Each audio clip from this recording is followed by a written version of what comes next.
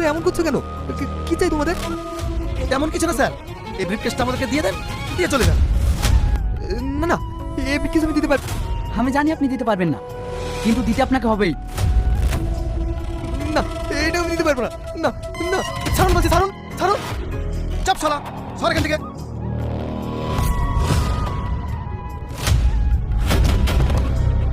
ওঠেন ওঠেন।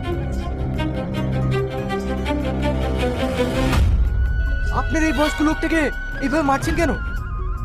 সেই কৈফত তোকে দিতে হবে নাকি? মার শালাকে।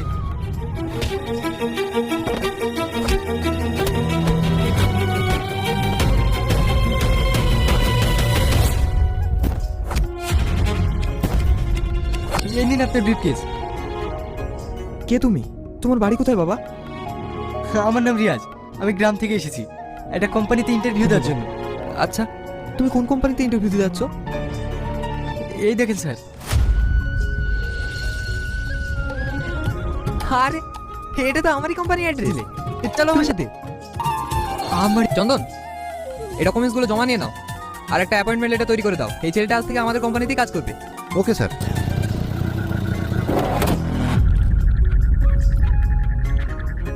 ওকে বেবি, গুড নাইট, আবার কাল দেখা হবে।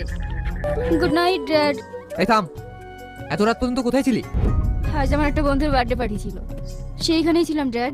বন্ধুদের সাথে একটু এনজয় করতে গিয়ে দেরি হয়ে গেছে। এটা আমার মেয়ে শ্রাবণী, একদম বেপরোয়া, আমার কোনো কথাই শোনে না। মা মরা মেয়ে তো, তাই কিছু বলতেও পারেনি। তাই বলে এত রাতে ড্রিঙ্ক করে বাড়ি আসবে? এটা ঠিক নয়। তবে আমার বিশ্বাস ওকে একমাত্র তুমি ঠিক করতে পারবে। আমি? কিন্তু কি করে? বিয়ে করে। বিয়ে? তুমি যদি কিছু মনে না করো, আমার মেয়েকে তোমার হাতে তুলে দিতে হবে না, কাল বাদ পরশু শ্রাবণীর বার্থডে, ওই অনুষ্ঠানে তোমাদের এঙ্গেজমেন্টটা সেরে ফেলবো। স্যার, আমি চলে এসেছি। লেডিজ অ্যান্ড জেন্টলম্যান, আজকের এই শুভ জন্মদিনের পার্টিতে আমি একটা ঘোষণা করতে চাই। আমার অফিসেরই এক স্টাফ রিয়াজের সঙ্গে আমার মেয়ের এঙ্গেজমেন্টটা সেরে ফেললাম।